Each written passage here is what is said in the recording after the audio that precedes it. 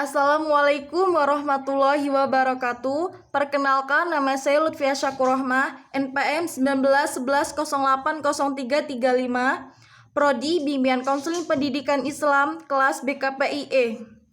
Di sini saya akan menjelaskan materi kelompok saya yang berjudul Konsep Pelayanan BK Sosial dalam berbagai setting individu, setting kelompok, dan setting klasikal. Di sini yang pertama saya akan menjelaskan tentang pengertian setting individu. Setting individu adalah bimbingan dan konseling memegang tugas dan tanggung jawab yang penting untuk mengembangkan, merubah, dan memperbaiki perilaku. Dalam hal ini, masalah-masalah perilaku yang terjadi di lingkungan sekolah salah satunya yaitu masalah perilaku sosial. Perilaku sosial kepada peserta didik, layanan bimbingan pribadi sosial adalah bimbingan untuk membantu para individu untuk memecahkan masalah pribadi sosial seperti masalah dengan hubungan sesama teman, sesama guru, serta staf, permasalahan sifat dan kemampuan diri, penyesuaian diri dengan lingkungan pendidikan, dan masyarakat tempat mereka tinggal, dan penyesuaian konflik. Di dalam bimbingan dan konseling terdapat 4 bidang, yaitu pribadi, sosial, belajar, dan karir. Bimbingan dan konseling sosial lebih terfokus pada upaya membantu peserta didik untuk mengembangkan aspek-aspek kepribadian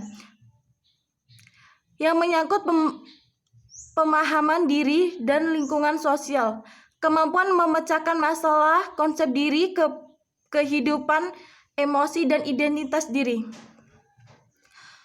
Konseling sebagai seorang individu yang sedang berada dalam proses berkembang atau menjadi on becoming, yaitu berkembang ke arah kementangan atau kemandirian.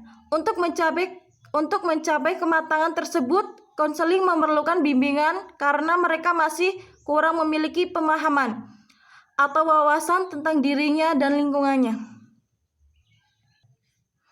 Yang kedua, pengertian setting kelompok. Dalam setting kelompok, orang-orang bisa mengganti perubahan orang lain yang memberikan kepada mereka model-model bagi peningkatan kebebasan memilih. Mereka menjadi paham atas struktur dan fungsi keberadaan mereka, serta diri belajar bertransaksi dengan orang lain.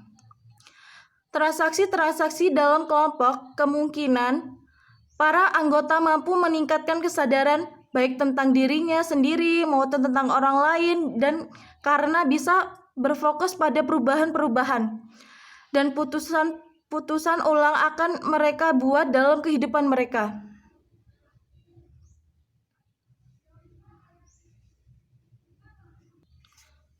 Yang ketiga, pengertian setting klasik. Pengertian setting klasik adalah masa remaja merupakan masa transisi atau peralihan dari masa anak menuju masa dewasa. Pada masa remaja, individu mengalami berbagai perubahan, baik fisik maupun fisik. Sebagai anak yang masih dalam tahap tumbuh kembang, remaja membutuhkan sarana pendidikan yang memfasilitasi tahapan pengembangannya. Pendidikan berfungsi untuk mengembangkan kemampuan dan membentuk watak serta peradaban bangsa, dan bermartabat dalam rangka mencerdaskan kehidupan bangsa, menyukai hal-hal yang mengganggu dari diri para remaja. Remaja dalam menggapai masa transisi ini sering kehilangan kontrol diri. Oleh karena itu, salah satu tugas perkembangan yang harus dipenuhi oleh remaja dalam memperkuat self-control.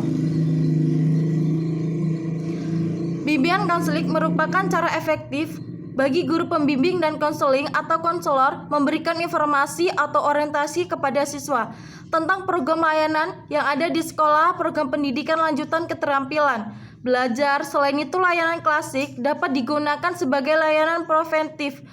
Bimbingan klasikal menyediakan informasi yang akurat dan dapat membantu siswa untuk merencanakan pengambilan keputusan dan hidupnya, serta mengembangkan potensinya secara optimal.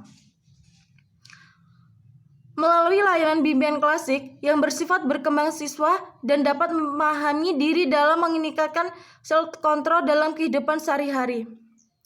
Sekian yang dapat saya jelaskan. Wassalamualaikum warahmatullahi wabarakatuh.